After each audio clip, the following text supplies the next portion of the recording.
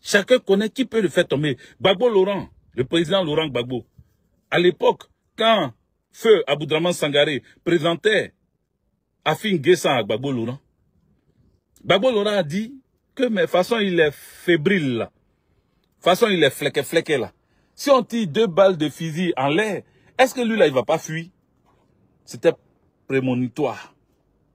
Gbagbo avait vu en lui un faible personnage. Gbagbo avait vu en lui que c'est celui-là même qui peut le trahir au premier coup de fusil. Mais en réalité, est-ce que ce n'est pas arrivé? Quand on a arrêté Afin Guessan, qu'on l'a amené à Bounaou, je ne sais pas où là, Afin Guessan là-bas, on l'a fait pomper. Mais quand on a fait pomper Afin Guessan, quelques temps après, ils sont venus chercher Afin Guessan en catimini. Ils l'ont amené dans un couloir. Ils ont discuté avec lui. On lui a dit qu'il peut être présidentiable. Il faut qu'il remplace Gbagbo. Parce que c'est lui, il a un charisme. Et qu'il peut remplacer Gbagbo. Il était pressé pour accepter. Parce qu'on lui a dit, si tu refuses, tu retournes dans ta cellule, hein, à Bouna là. Tu retournes dans la prison à Bouna. Maintenant, si tu ne veux pas être prisonnier et que tu as toute la chance d'occuper le palais présidentiel, viens, on va te faire sortir de prison. Nous-mêmes, on va te donner les moyens pour faire le tour de la Côte d'Ivoire, pour attirer toute la masse qui était derrière Gbagbo Laurent, la popularité de Gbagbo là. Faut te saisir de ça et puis fais-toi une place au soleil. Afin Guessan accepte l'offre et on le fait sortir des prisons. Aujourd'hui là, qui a pris le FPI de Gbagbo Laurent? C'est pas Afin Guessan. Sauf que, différemment de Thomas Sankara Isidore, Afin Guessan et Gbagbo Laurent, il est intouchable. C'est-à-dire, quand je dis intouchable, spirituellement, il est intouchable. Physiquement, il est intouchable. Gbagbo Laurent n'est pas tombé. Sinon, c'était sa mort qu'on cherchait. Les bombes sont tombées sur la maison, sur le toit de Gbagbo Laurent.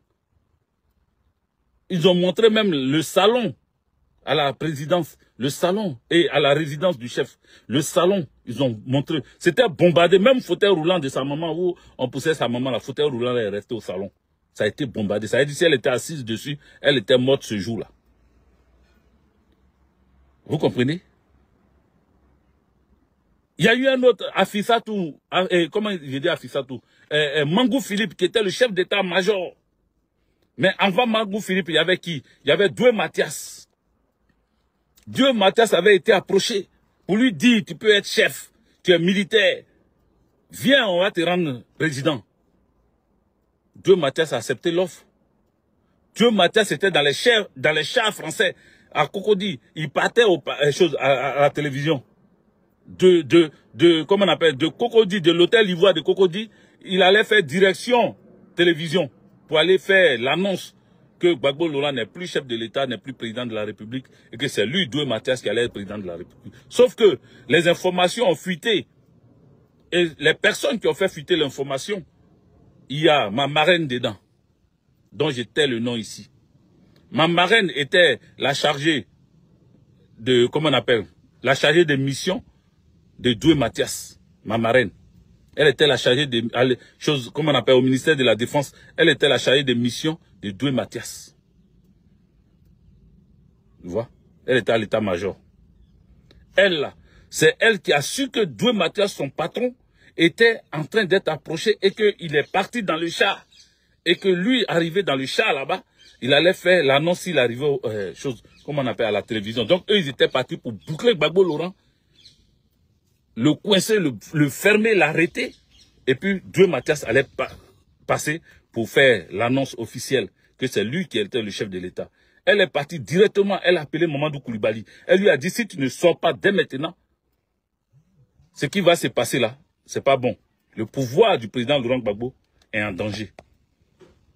Donc c'est comme ça, lui il a dit, ah, il faut qu'il aille directement à la RT et qu'il convoque le général Poncé de l'armée de la force Likon et puis Doué Mathias de l'armée de Côte d'Ivoire, le chef d'état-major de Côte d'Ivoire. Donc il a convoqué le général Poncé et Doué Mathias à la télévision. Et devant tout le monde, Mamadou Koulibaly, qui était le président de l'Assemblée nationale, a posé la question à Doué Mathias. Quand on dit que c'est toi qui étais dans le char, et que tu partais, et que l'armée française t'accompagnait au palais. C'est là que Coralie Canon, big up à toi. C'est là que, comme on appelle, rapidement, Deux Mathias a dit non, non, non. Que lui, il apprend que les gens disent qu'il veut faire coup d'État. Et comment le général Poncé dit, le président de la République de Côte d'Ivoire, c'est Gbagbo Laurent. Donc lui, il n'a pas vocation à venir faire tomber le président de la République. Et que le président de la République de Côte d'Ivoire dirige le pays tranquillement. Parce qu'ils ont eu peur. Ils ont eu peur. Gbagbo Laurent n'est pas n'importe qui. Gbagbo, l'homme que vous voyez ici, là, il n'est pas n'importe qui. Lui, là, il n'est pas n'importe qui. Ils ont eu peur de lui. Ils étaient obligés de changer leur langage. Ils étaient obligés de dire qu'ils n'étaient pas dans la posture de faire coup d'État. C'est comme ça que Gbagbo Laurent enlève deux Mathias, il le fait remplacer. Parce qu'il y avait quelqu'un qui taponnait Gbagbo Laurent qui disait, moi je suis bon, moi je mettais des cœurs les gars, je chantais vous raconter l'histoire de la Côte d'Ivoire. D'autres le savent, mais d'autres ne le savent pas. Donc ceux qui ne le savent pas là, c'est maintenant que vous êtes en train d'être informés, il faut mettre des cœurs, il faut partager. En temps, il y avait Mathias, comment on appelle, Mangou Philippe, qui talonnait un peu, qui était très virulent. Mangou Philippe, pendant la période de la crise, Mangou Philippe était le colonel le plus éveillé. Il partait dans les casernes, il venait lancer des kiailles. Moi, je l'ai vu, Mangou Philippe. J'ai vu Mangou Philippe dans ses œuvres. Je lui ai parlé parce que je voulais passer le concours de police. Donc, je suis venu lui parler pour dire, bon, de l'armée, je vais être policier. Il m'a dit d'aller voir le lieutenant Zadi à l'état-major. Je suis allé voir le lieutenant Zadi. Le lieutenant Zadi me dit que lui-même, il a sa petite soeur qu'il veut mettre à la police, qui ne sait pas comment faire. Donc, moi, de chercher un autre moyen, parce que lui-même, il ne sait pas comment faire rentrer sa petite soeur à la police. Mais c'est à Mangou Philippe, il avait dit ça. Je lui ai parlé, parce que quand je lui parlais, il m'a demandé de venir lui parler à l'oreille, puisque je ne parlais pas fort. J'ai frappé mon garde à vous devant lui et puis je lui ai expliqué que je veux lui parler par rapport à mon entrée à la police. Il m'a dit, rapproche-toi parce que je n'entends pas. Donc je me suis rapproché, j'ai parlé dans son oreille. Il dit, ah, je veux rentrer à la police. Parce que je pensais qu'avec lui, ça allait être très rapide. Il m'a dit d'aller voir le lieutenant Zadi à l'état-major. Je suis allé voir le lieutenant Zadi. Mais le lieutenant Zadi m'a dit que, non, lui-même, sa petite soeur, depuis là, il lutte pour la mettre à la police. Il n'arrive pas. Donc, il a commencé à me raconter des discours là. J'ai laissé tomber. Je suis allé passer le concours. Moi-même, je n'ai pas eu. Voilà. Même à l'écrit, je suis arrivé à l'écrit, c'était, comment il s'appelle? Parce qu'il a fait visite médicale, ça s'est bien passé. C'est à l'écrit, comment on appelle, comment il s'appelle, hein? Le grand frère de Pat Sako, Espoir 2000. C'est à l'écrit que son grand frère m'a trouvé. Et puis, bon, il nous a tous trouvés. Et puis, il a commencé à raconter. Ils ont dit, tous qui sont militaires, mettez-vous un côté et tout. Après, il a dit, est-ce que vous savez que moi, mon salaire, en tant qu'élève commissaire, mon salaire est plus beaucoup que pour vous. Et puis, on a commencé à rigoler. Voilà, bref. C'est pas ça. Ça, c'est une parenthèse que j'ouvre, que je referme en même temps. Vous comprenez? Mais Mangou Philippe, il a tellement montré aux militaires qu'il était très dévoué pour l'armée. Les militaires étaient prêts à aller au front. Tellement Mangou Philippe parlait, il dit, vous avez affaire, quand il vient tenir ses discours au drapeau, il dit, vous avez affaire, quand il vient au camp d'Akouedo, il vient dans les différents camps, il lance des tiailles, il lance des paroles, même quand Mangou Philippe finit de te parler là, toi seul qui as envie de prendre Kalachnikov pour aller à Bouaké, pour aller attaquer les rebelles, tellement il te met en confiance, tellement il te parle, et que toi-même tu penses que tu deviens Rambo en même temps dans la bouche de Mangou Philippe. Vous comprenez?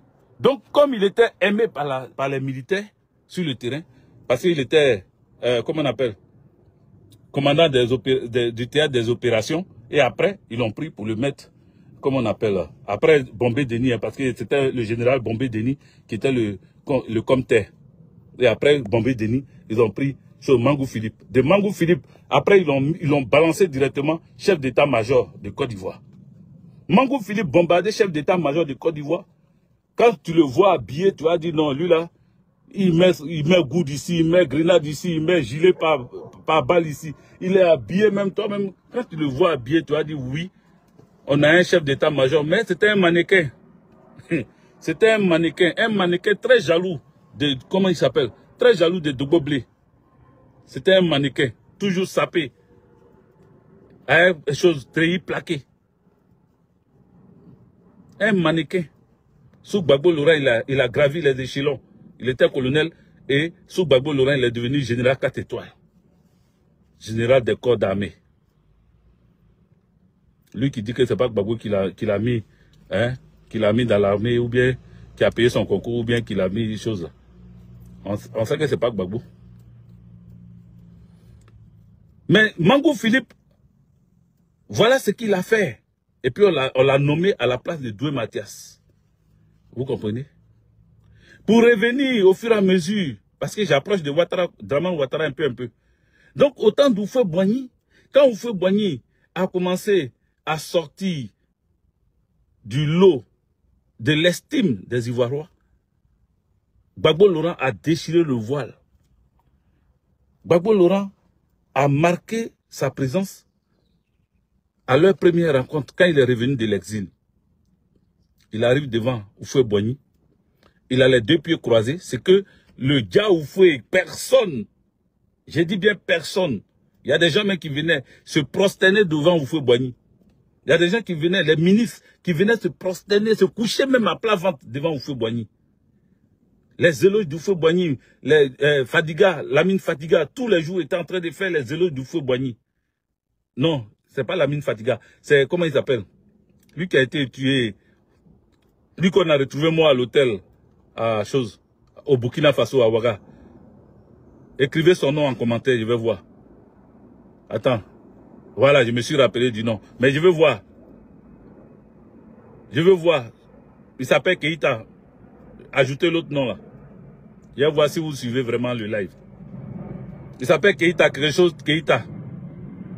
Bala Keïta, Joseph Yapi, merci. Joseph Yapi a écrit, donc c'est lui qui a trouvé. Sois salué Joseph Yapi depuis ta position. Bala Keïta. Odi Kwasi. Voilà, Bala Keïta. Voilà. C'est comme ça que j'ai fait un coup avec vous. Daniel Dimi, Bala Keïta. Roger Bosson, premier, Bala Keïta.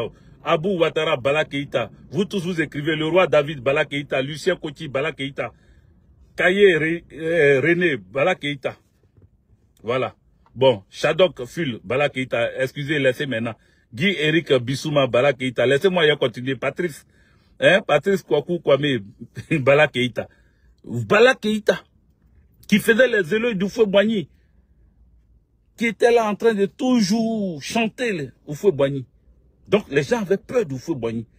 Qui donc pouvait venir s'arrêter devant Houphouët-Boigny? Tous nos anciens parents là, les choses, Biaka Bouda, tous ceux-là sont morts sous Houphouët-Boigny. Les Kragbe Nyagbe, tous ceux-là sont tombés sous Houphouët-Boigny. Qui va se lever face à Houphouët-Boigny aujourd'hui? Qui va se lever? Qui va venir? Diom Bame, big up à toi, Bala Keïta. Chinapa, il dit j'ai trouvé, oui, c'est Bala Keïta, très bien. Bala Keïta, qui va se lever devant Houphouët-Boigny? Qui pouvait, avec tous ces morts, sous Houphouët-Boigny? Thomas Sankara, même, t'as dit, le gars, il est tellement fort que même hors de son pays, il met loi là-bas. Il a fini avec Thomas Isidore. Thomas Sankara Isidore. Ernest Boka, comme tu dis, Joseph Yapi. Le grand Ernest Boka. Tout ça là, c'est sous Houphouët-Boigny. Donc les gens avaient peur de lui. Qui peut affronter Houphouët-Boigny? Qui peut venir s'arrêter devant Houphouët-Boigny pour dire que je suis opposant de Houphouët-Boigny? Qui? C'est comme ça que quand Gbagbo Laurent ressort, il arrive de l'exil face à Houphouët-Boigny. Houphouët-Boigny le fait appel. Il est assis devant Houphouët-Boigny. Et puis il a les deux jambes pliées.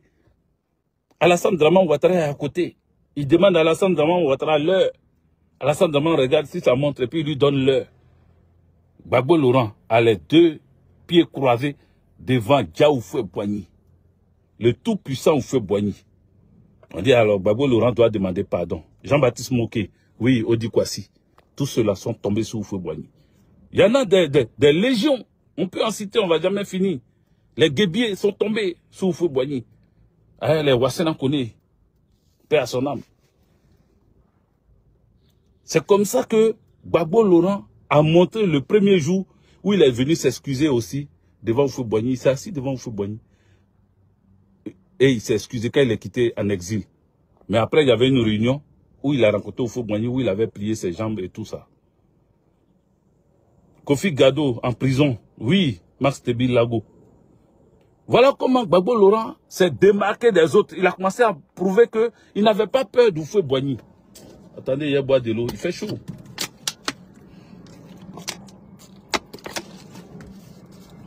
Il a prouvé qu'il n'avait pas peur d'Houphouët-Boigny. Et le FPI sort. Alassane Dramane Ouattara, premier ministre de l'époque, fait arrêter Gbagbo Laurent, il le jette en prison. Mais quand Gbagbo Laurent est en prison, ou quand Gbagbo Laurent commence à être pourchassé par Houphouët-Boigny et sa troupe, c'est là que les gens sortent et on entend pour la première fois Houphouët voleur. Houphouët voleur, qui peut me dire quand est-ce que réellement, pour ne pas que je dise, je tronque l'histoire, les anciens qui sont là, Max Tebil Lago, Odi Kwasi, les anciens qui sont là, dites-moi, exactement si vous vous rappelez, à quelle époque, dans quelle période, les gens sont sortis pour crier Houphouët voleur. Oui, on va y revenir, hein, Odi Kwasi, la phrase, l'oiseau ne se fâche jamais contre l'arbre. Ouais, c'est ce qu'il a dit ce jour-là, quand Gbagbo Laurent s'est excusé. Si, dans ses propos, il a blessé Houphouët-Boigny, il lui demande pardon. En quelle année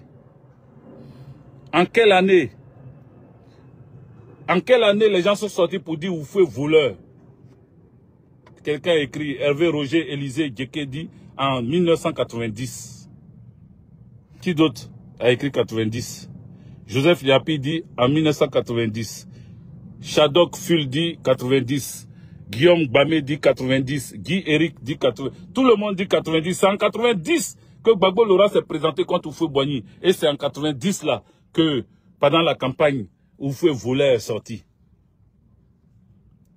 Flan Henry dit en 92. Non, c'est en 90. En 92, tu as raison, parce qu'il a dit quand ils ont arrêté Gbagbo. Oui, c'est en 92, il avait été arrêté. Mais sauf que c'est en 90, quand il était candidat face à Houphouët-Boigny, que les enfants sont sortis pour crier Houphouët voleur. Nous avons marché. Shadok Ful dit, nous avons marché. Donc il était présent. Mélanie Nyawa, voici une femme aussi qui vient dire 90. Voilà, au moins les femmes sont sorties aussi. Elles viennent parler. Les femmes là, vous devez être en politique. Hein. Conan Roméo Nda, c'est 90 comme vous dites. Depuis au temps d'Houphouët, sous Gbagbo Laurent, c'était encore Gbagbo Laurent qui était candidat face à Houphouët-Boigny. Et puis ils sont sortis pour crier Houphouët voleur. Houphouët voleur. Un enfant a dit Houphouët voleur. Depuis 1990 jusqu'en 2024, ça fait combien d'années? 90, 2024, ça fait combien d'années? Écrivez. Aujourd'hui là, on est ensemble, on est en mathématiques et on est ensemble. Il a dépassé en 2 minutes. Faites, il est vite fini, il est chuté. Dites-moi, faites le calcul. 1990 en 2024, ça fait combien d'années après Houphouët? Combien d'années après Houphouët? Qui est rapide dans le calcul là? Et puis on va mettre des cœurs pour lui. La personne qui trouve combien d'années ça fait, on met des cœurs pour la personne. Tout de suite, il dit son nom. Conan Roméo Nda dit ça fait 34 ans. Mettez des cœurs. Mettez des cœurs pour Conan Roméo Nda. Le reste là, vous venez derrière. Hein? Paulin, Didier Flé, Roro, Ukam, Shadok Ful. Vous êtes venus en retard. Vous avez donné la réponse en retard. Le temps que vous êtes en train de chercher à calculer là. Hein? Les aimés, hein? H4. Ça fait 34 ans après Houphouët-Boigny. 34 ans après Houphouët-Boigny. Face à qui? Face à Laurent Gbagbo.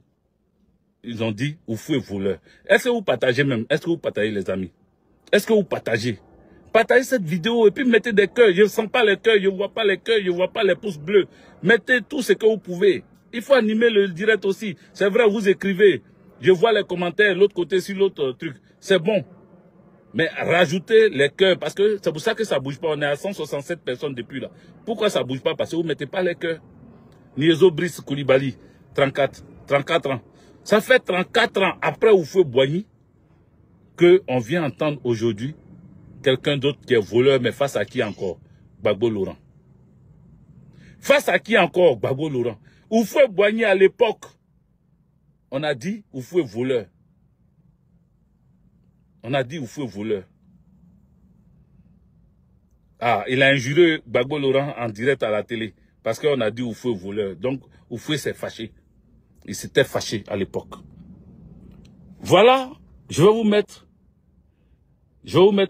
une vidéo dans laquelle vous allez attendre, après 34 ans, Oufoué voleur encore. Et, j'ai dit Oufoué voleur. Ado voleur. Voilà. Après Oufoué Boigny, face à Laurent Gbagbo, où on a traité Oufoué de voleur, écoutez cette vidéo à Abobo, ce qu'on a dit d'Alassane Draman Ouattara. Pour que vous compreniez que là, le truc est en train d'arriver encore.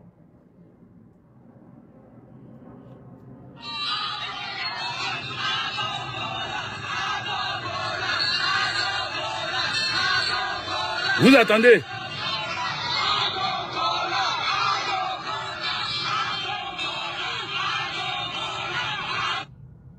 La personne devant qui on a crié voleur, c'était Oufoué Boigny. Oufoué Boigny est parti dans la honte. Il allait mourir en Europe. 34 ans après, même sous Gbagbo, même si Gueye Robert, on n'a pas crié voleur. Même sous Gbagbo Laurent, où les Draman Ouattara disaient Gbagbo est, comment on appelle, il est dictateur, Gbagbo c'est un méchant, Gbagbo c'est un ceci, c'est un cela. On n'a jamais entendu Gbagbo voleur. Jamais. Mais sous Alassane Draman Ouattara, voilà ce qu'on entend. Je vous remets ça. Et c'est à Bobo hier.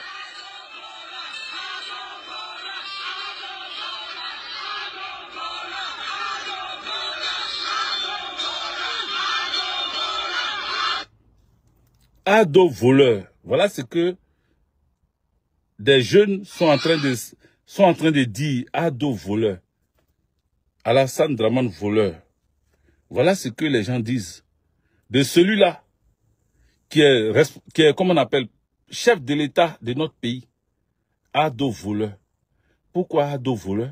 Ado voleur parce que Ado est un voleur. Ado, comme je vous ai dit, était non seulement un voleur, mais comme on le dit aussi, un voleur est un menteur est un voleur.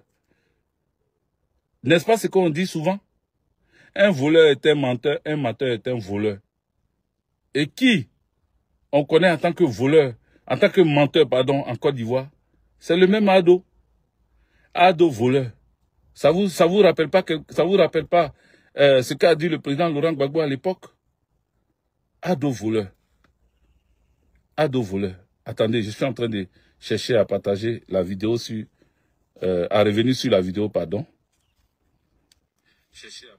Voilà. J'ai retrouvé. Ado voleur.